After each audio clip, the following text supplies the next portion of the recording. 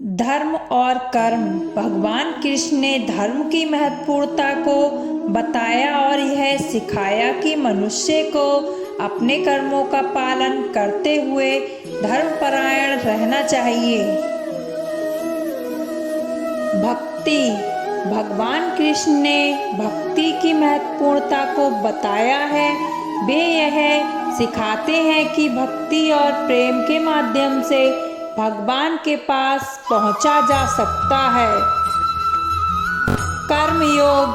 भगवान कृष्ण ने कर्मयोग का महत्व बताया, जिसका मतलब होता है कर्मों में लिप्त रहकर निष्काम भाव से कार्य करना।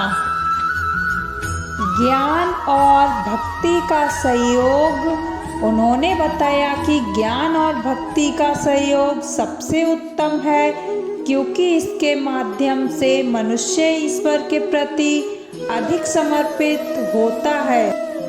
आत्मा का महत्व। भगवान कृष्ण ने आत्मा की महत्वपूर्णता बताई और यह सिखाया कि आत्मा अमर है और शरीर के परिप्रेक्ष्य में परिवर्तन करती रहती है। ध्यान और योग। उन्होंने ध्यान और योग के माध्यम से मानव को अपने मन को नियंत्रित करने की कला सिखाई। समर्पण और सेवा। भगवान कृष्ण ने अपने शिष्यों के साथ और सभी मानवों के साथ संपूर्ण और सेवा की महत्वपूर्णता का प्रचार किया। चक्रव्यूह रचने वाले अपने ही होते हैं। कल भी यही सच था और आज भी यही सच है। जीवन में अहंकार भी आवश्यक है, जब बात अधिकार, चरित्र और सम्मान की हो।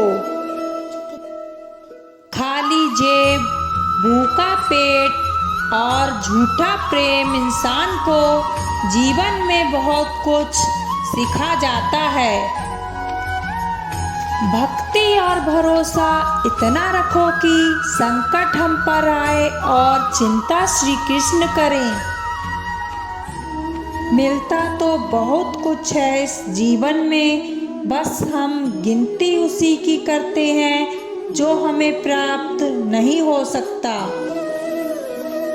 लोगों को भरपूर सम्मान दो, इसलिए नहीं कि उनका अधिकार है, बल्कि इसलिए कि आपके पास संस्कार है। तेरे गिरने से तेरी हार नहीं, तू आदमी है, अवतार नहीं।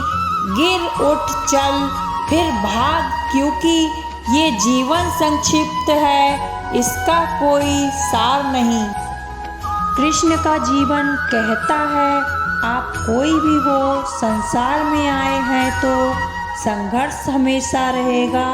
मानव जीवन में आकर परमात्मा भी सांसारिक चुनौतियों से बच नहीं सकता।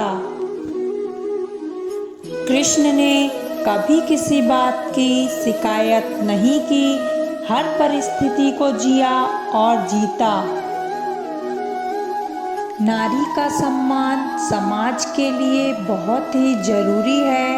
हर मानव को नारी का सम्मान करना चाहिए। शांति का मार्ग ही विकास का रास्ता है, इसलिए आपको अपने जीवन में शांति बनाए रखना चाहिए।